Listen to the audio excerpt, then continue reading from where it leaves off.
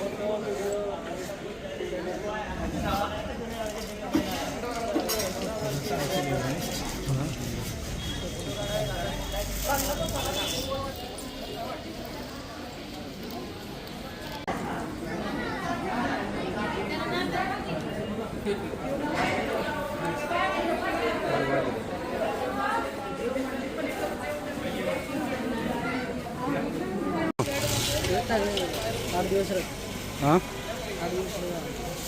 8 दिवस कुठलं पाहिजे?